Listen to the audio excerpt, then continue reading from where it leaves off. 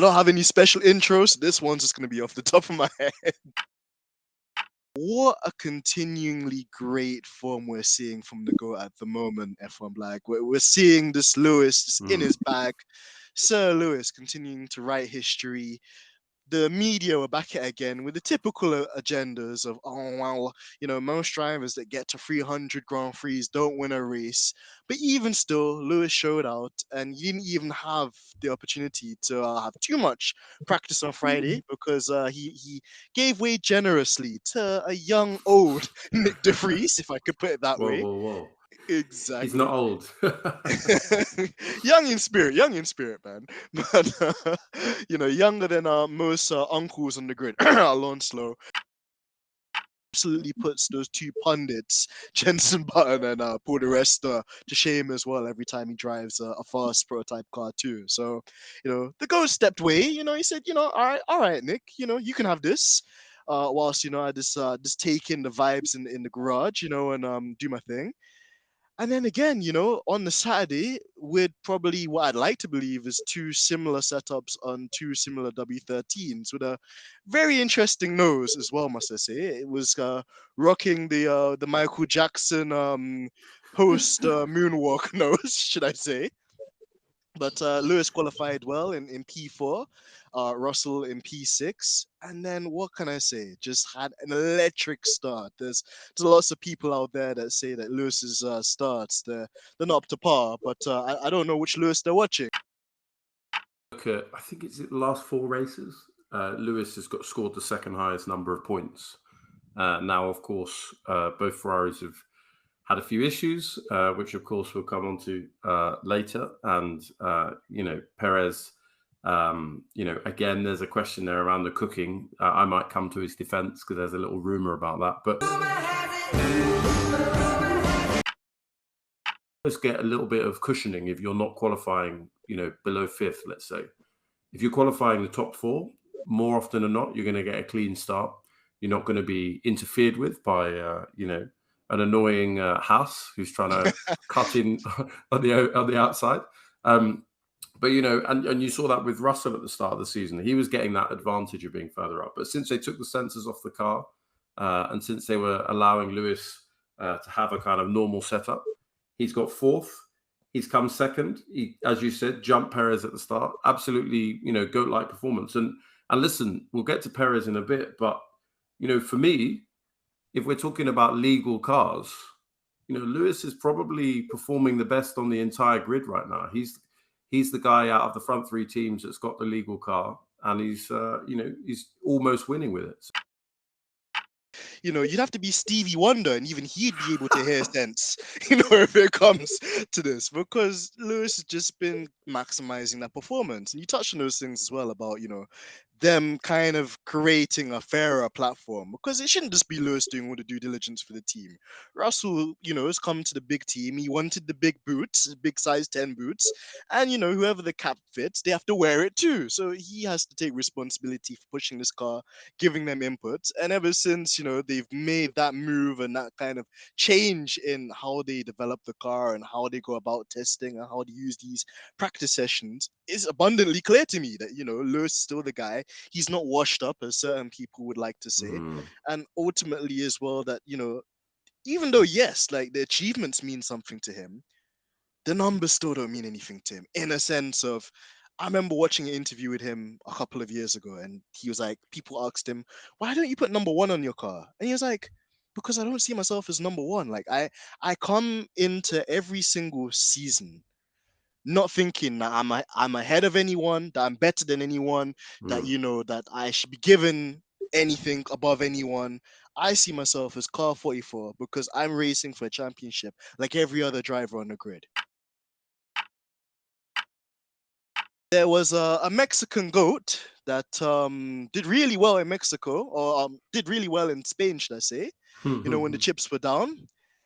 Then again, he drove pretty much, I'd say, the perfect race in what was it, Monaco, bar probably, taking himself out in qualifying.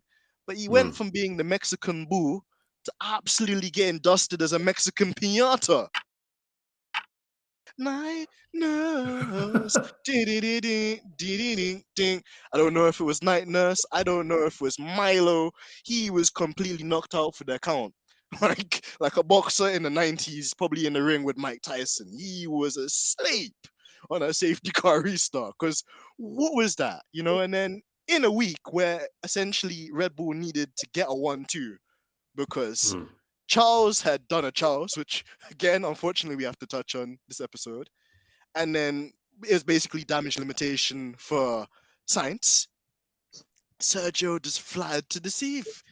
Just again finishes off the top. He finishes off the podium places, and there's no real explanation. And on top of that as well, my guy just signed a new contract, and these are the sort of performances that you're showing. It's looking interesting, Black. It's looking tasty. But I know that there's a certain theory in the Twitters. So yeah, man. Could you enlighten us?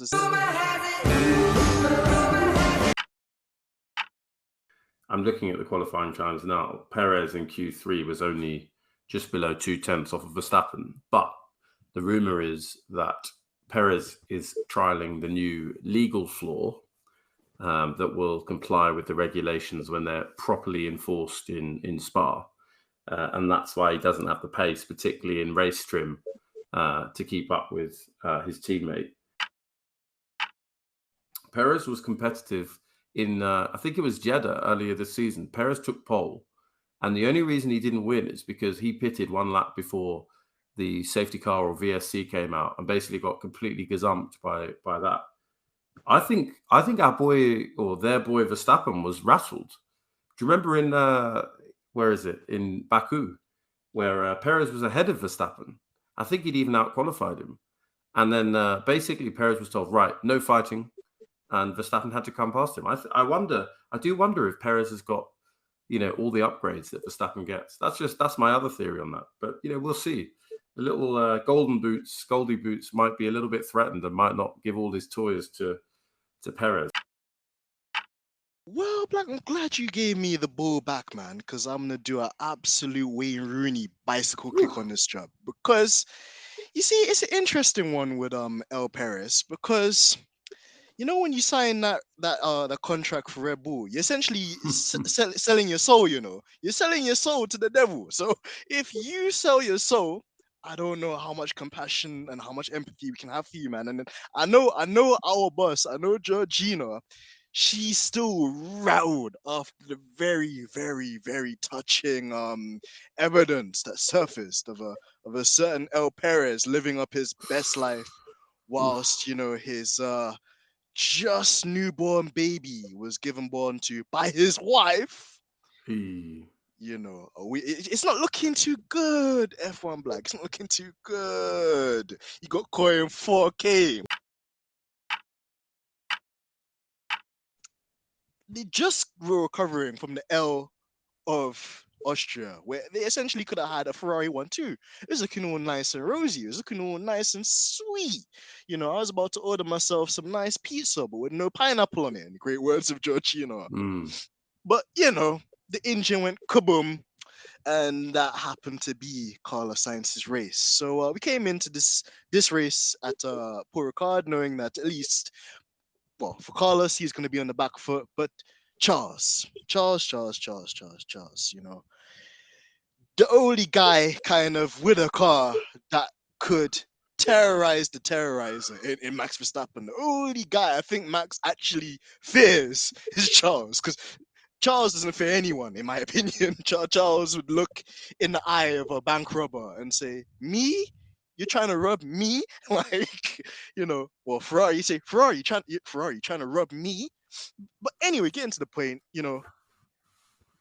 Charles did all the work on Saturday, did the work on Sunday, in relation to the race start. But as we always say, F1 Black, F for Ferrari, and now F for Fraud Watch. Scuderia sauce, F for Ferrari, F for Fraud Watch. Okay, got it. That's the agenda we're running with this week. But no, no, no, no, no, no, no, no. Ferrari couldn't let me have that. Ferrari like, nah, you want to see an L? You really want to see an L? All right, cool, cool, cool, cool. Watch this. Hold my beer. So safety car comes out. Science kind of has a compromised race, to be honest, because was it lap 18? Between lap 18 to 20, he's on the hard tires. He goes onto the mediums. It's very unlikely the mediums are going to be able to go 33 laps. So we know he might have to stop again. But then the pit stop was a very Mercedes-esque pit stop, if I must say so myself. That gets a 5-second penalty. Then they come on the radio and tell Science, mate, you've got a 5-second stop and go. And again, and it just goes to show that just how it's two things that you could take away from it. Like, it's either the mental capacity of Carlos Sainz to know the rule book inside out, or just the incompetency of the Ferrari strategy team. Like, basically, Carlos corrects them and says, mate, it's not a 5-second stop and go. That would mean that I'd have to actually come in within 3 laps time and serve it and take it. What it is it just is a 5-second penalty. So I can serve it in the pit stop, or it can go to the end of my race time. To which, basically, the Ferrari engineer responds back with what seems to be his response to Pythagoras' theory. Shout out to my Key Stage 3 maths teacher. I think the team is doing a very good job on strategy this year, Science told Sky Sports. Like, he's been hypnotized. I swear he's been hypnotized. Like, how does that even make sense? At Ferrari, we get super criticized for things that other teams might be doing, going through also in their pit stop windows. Every time there's a tricky moment, we're discussing things, but we are not a disaster like people seem to say we are. Come on, mate. Come on, mate. I don't know. Are you just trying to convince yourself, or have you under contract never to say anything? Like that, the race was a complete disaster. The fact you're having to correct the rules while you're driving at 200 miles an hour, or having to say, "Look, don't talk to me. Can you watch the TV? I'm currently forget that delay on the radio, which makes this less funny, but I'm currently like battling for position. So shut up." I mean, I'm exhausted. I'm not even a Ferrari fan, like massively. Honestly, it's exhausting to watch. Can you imagine being a Ferrari fan? Oh man, it's depressing. Yeah, this whole season, and we were sort of agreeing. Look, this Schumacher, Braun, Todd era was the anomaly. Yeah, we keep thinking, oh well, Ferrari were good and they're going through a bad spell. No, the bad spell is Ferrari. It was a good spell when Schumacher's there. I don't know.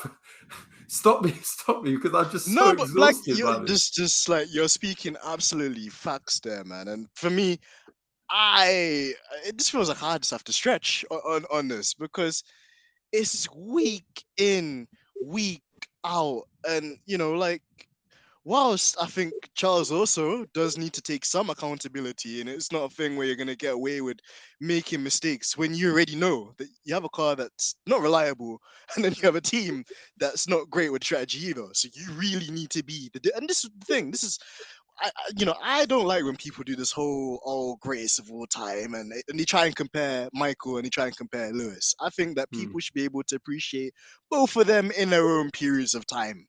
But people should respect Michael, because as you're actually like saying, like, the anomaly actually is them. And with the combination of John Todd, with the combination of Ross Brawn, with the combination of Rory Byrne and Michael Schumacher, all that one, they brought that level-headedness.